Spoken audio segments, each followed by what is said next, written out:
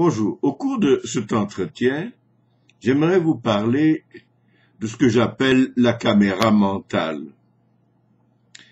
Cette caméra donne une appréciation de la réalité qui est tout à fait approximative et à toute fin pratique illusoire. Bien sûr, quand on regarde devant soi et qu'on observe, mettons, un arbre, on est sûr qu'il y a un arbre. Primo, parce que si moi je suis capable de voir cet arbre, peut-être une autre personne qui se trouve près de moi est capable de le voir aussi, et puis que cette personne soit de n'importe quelle culture, ou si on était capable de faire revenir quelqu'un du XVe siècle ou du futur, ils diraient tous que c'est un arbre. Donc, il y a quelque chose d'étrange à ce type d'illusion, c'est que il y a comme quelque chose qui est partagé entre tous les êtres appartenant au genre humain certainement, et qui ressemble un petit peu à une sorte d'inconscient collectif, mais là s'arrête la comparaison.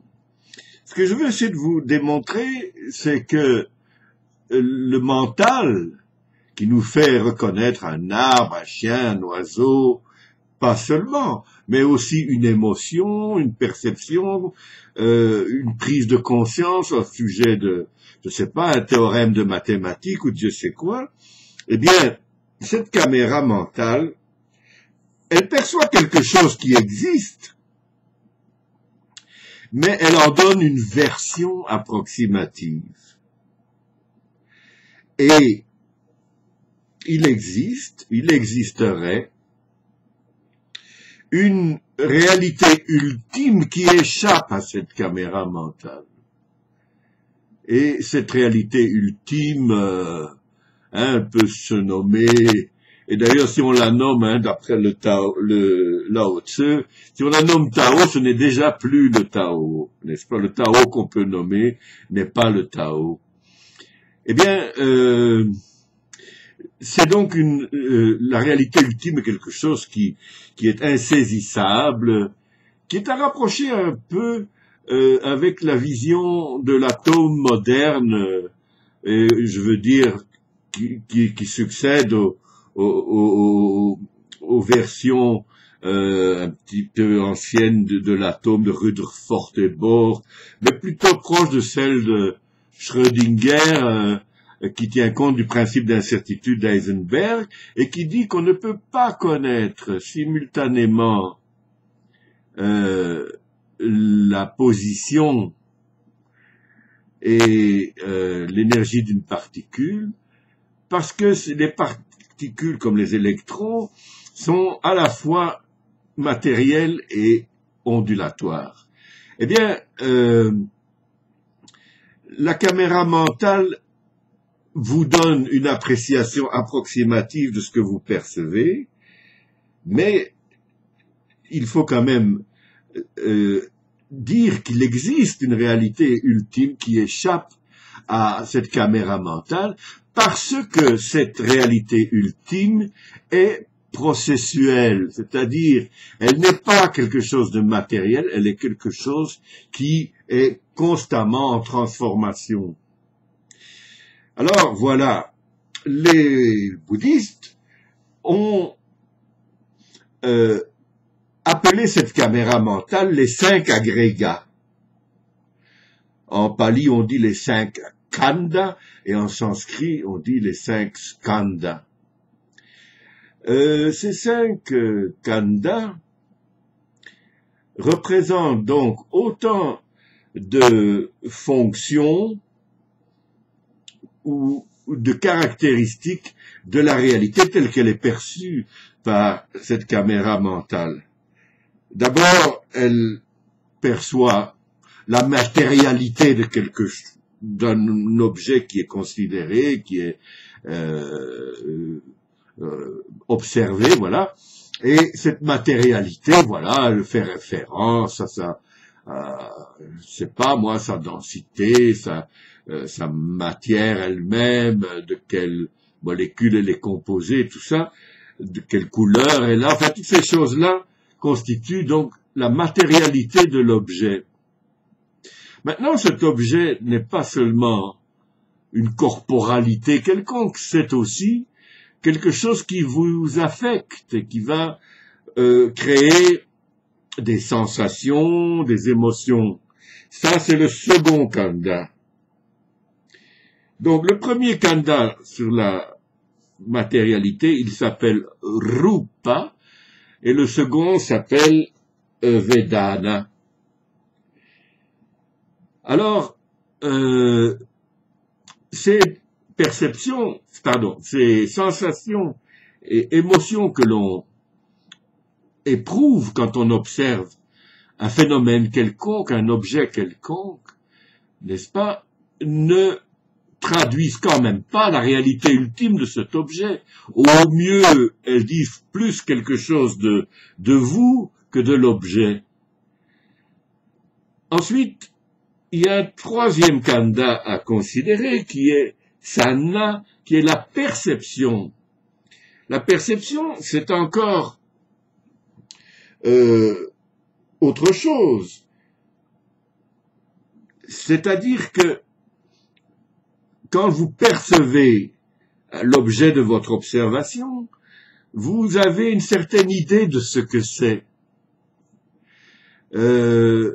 Vous percevez un objet qui désormais est identifié. Donc cette perception ajoute encore quelque chose, non pas sur la réalité ultime de l'objet, mais bien sur votre connaissance de cet objet. Voilà pour le troisième kanda. Et vient alors le quatrième kanda qui est Sankara, qui sont les formations mentales. Les formations mentales, c'est un peu plus complexe à comprendre. Il s'agit de réactions à l'objet. Par exemple, si cet objet est mon ennemi juré, il a créé des sensations, je l'ai identifié, et maintenant je veux l'attaquer, par exemple. Ça, c'est une formation mentale. Elle implique la volonté. Je veux réagir à toutes les informations que ma caméra mentale m'a données. Et cette faculté de réagir fait aussi partie de cette caméra mentale. Alors voilà, ça c'est le Sankara, le quatrième kanda, et enfin le cinquième, Vijnana, c'est la conscience. Donc, ce cinquième kanda fait un petit peu la synthèse de toutes les informations que vous avez ramassées en observant cet objet, et il va vous donner, comment je dirais, un nom générique pour cette expérience que vous êtes en train de vivre.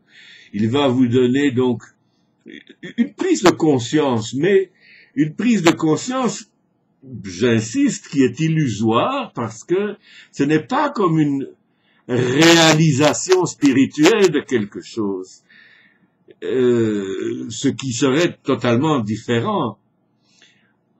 En anglais, il y a des mots pour faire cette distinction qui, malheureusement, font défaut au français.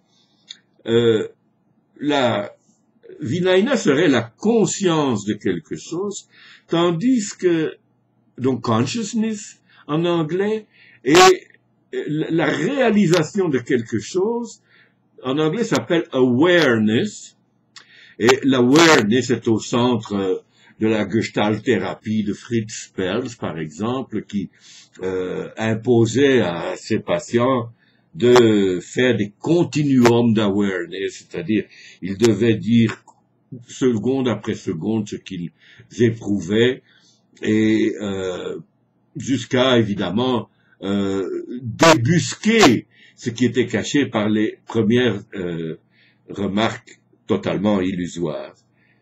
Ça avait d'ailleurs amené Fritz Perls à aller au Japon et rencontrer des maîtres du zen parce qu'il voulait voir quelles étaient les convergences entre sa gestalt thérapie et le bouddhisme zen. Il est revenu assez désenchanté par le bouddhisme zen. Mais enfin, Fritz Perls était un personnage hors du commun et finalement assez proche du zen, puisqu'il est mort, d'après moi, comme un maître du zen. Hein. Un jour, il était hospitalisé, il était mourant, et il s'est redressé dans son lit, et l'infirmière lui a dit, "You shouldn't do that, Dr. Perls."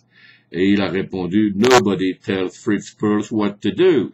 Et il est retombé mort. Donc, personne ne dit à Fritz Perls ce qu'il a à faire. Et il est tombé mort. Très similaire, au fond, à la fin de mon ami Louis Darbs, qui a été évoqué dans un autre entretien.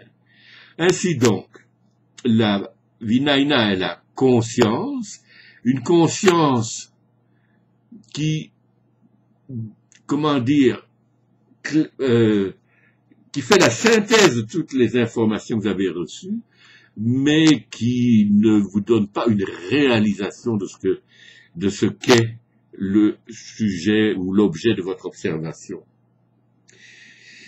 Voilà pour les 5 khandhas qui constituent donc cette fameuse caméra mentale qui, en psychothérapie, est bien présente chez les patients qui nous consultent, hein, puisque aussi bien, quelles que soient les informations qu'ils nous donnent, du moins en début de thérapie, elles ont toutes un rapport très lointain avec la réalité. J'ai parlé des dérivations, des transformations qui transforment une structure profonde en structure énoncée, on va dire. Et au début, ces dérivations sont très complexes chez les patients, et c'est l'effet donc de cette caméra mentale tout à fait désordonnée et illusoire.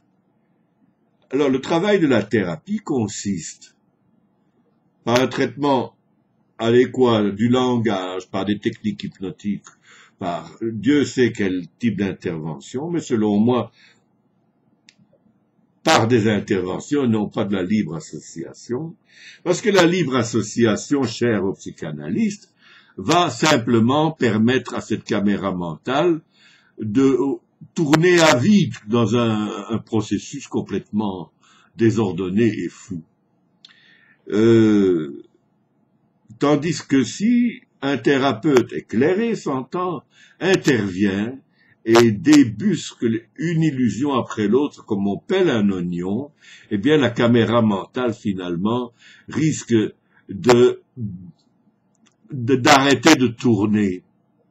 Et à partir du moment où elle arrête de tourner, la réalité, une réalité plus vraie quand même surgit, qui est une réalité thérapeutique, qui n'est pas encore la réalité ultime du bouddhisme, hein, entendons-nous bien, mais cette réalité-là est en tout cas plus proche des autres aspects, émotions, sensations, perceptions des 5 khandhas, et on peut donc à ce stade renverser le cours d'une névrose. Le chemin spirituel commence après ça, c'est quelque chose de bien plus compliqué, et là, il s'agira de mettre hors circuit cette fameuse caméra mentale.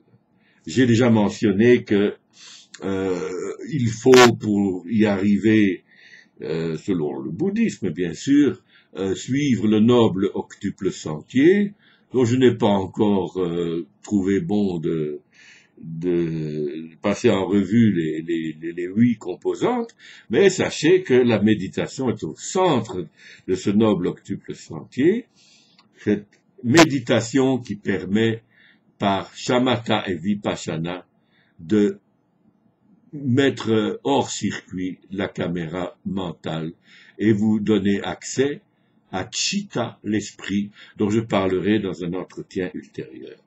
Bonsoir.